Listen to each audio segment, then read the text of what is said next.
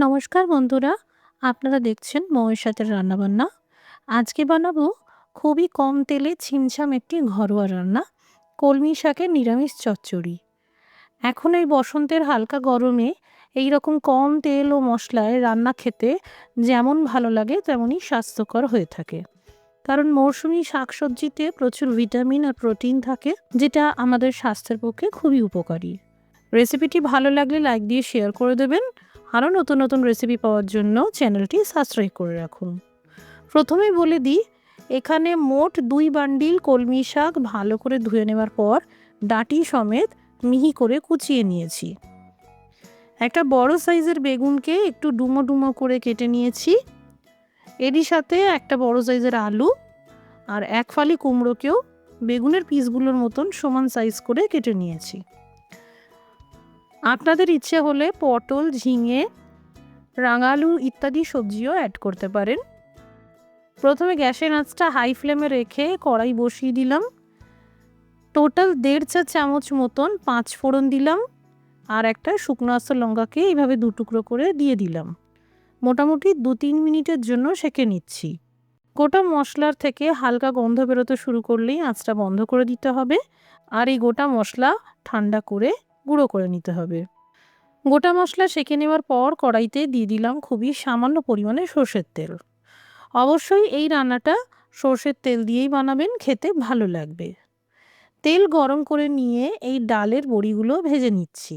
আমি ছোলার ডালের বড়ি ব্যবহার করেছি, আপনারা যে কোনো ডালের বড়ি দিয়েই রান্নাটা করতে পারবেন। বড়িগুলো ভাজার সময় যেহেতু প্রচুর তেল টানে, তাই অল্প করে তেল দিয়েই ভেজে নিলাম। বড়িগুলো ভাজার পর একটি পাত্রে তুলে নিচ্ছি। বড়ি ভাজার পর তেল একদমই নেই, তাই আরেকটু তেল দিয়ে দিলাম। তেল ভালো মতন গরম হয়ে গেলে দিয়ে দিতে হবে এই 5 ফোড়ন আর একটা শুকনো আস্ত লঙ্কা। হাই ফ্লেম রেখেই দিয়ে দিচ্ছি কেটে রাখা আলু। বেশ 1-2 মিনিট মতন আলু ভেজে নিচ্ছি। আলু কিছুটা ভেজে নেওয়ার পর দিয়ে দিচ্ছি বেগুন। বেগুন ভাজার সময় সামান্য করে হলুদ গুঁড়ো আর লবণ দিয়ে দিলাম। তেলে কখনো ডাইরেক্ট বেগুন দিয়ে ভাজতে যাবেন না, না হলে বেগুন ভাজার সময় প্রচুর তেল টেনে নেবে।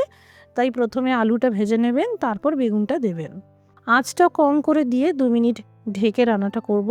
আলু আর বেগুন অনেকটাই নরম হয়ে এসেছে। এবার দিয়ে দিচ্ছি কুমড়ো। এই চচ্চড়ি অনেকে অনেক রকমভাবে বানিয়ে থাকেন, আমি যেভাবে বানাই সেটাই দেখাচ্ছি। বেগুন যেহেতু নরম হয়ে এসেছে তাই পুনরায় তেল ছাড়তে শুরু করেছে আর এই তেলেই কুমড়োটাও ভাজা হয়ে যাবে। সবজিগুলোকে তেলে হালকা করে সাঁতলে নিলেই এই চচ্চড়ি খেতে ভালো লাগে। এবার 1/2 কাপ মতন গরম জল দিয়ে দিলাম আর সঙ্গে সঙ্গে ঢাকা চাপা দিয়ে দিলাম।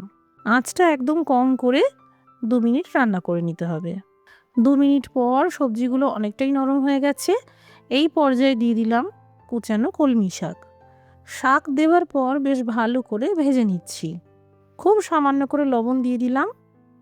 যদি আপনাদের মনে হয় যে বারে বারে এইভাবে লবণ দিতে গেলে লবণটা বেশি হয়ে যেতে পারে, আপনারা একবারেও স্বাদ মতন লবণ দিতে পারেন। ভালো করে শাক সহ সবজি ভেজে নেওয়ার পর দিয়ে দিলাম 1 থেকে 1.5 কাপ মতন গরম জল। এখানে যতটা সবজির পরিমাণে থাকবে সেই সমপরিমাণে জল দিতে হবে। জল কখনোই সবজির থেকে বেশি পরিমাণে দেবেন না, নাহলে কিন্তু খেতে ভালো লাগবে না। ভাজা ডালের বড়িগুলোকেও দিয়ে দিলাম। এবার কম আঁচে ঢেকে শাক সহ সবজি সুসিদ্ধ হওয়া পর্যন্ত রান্না করব।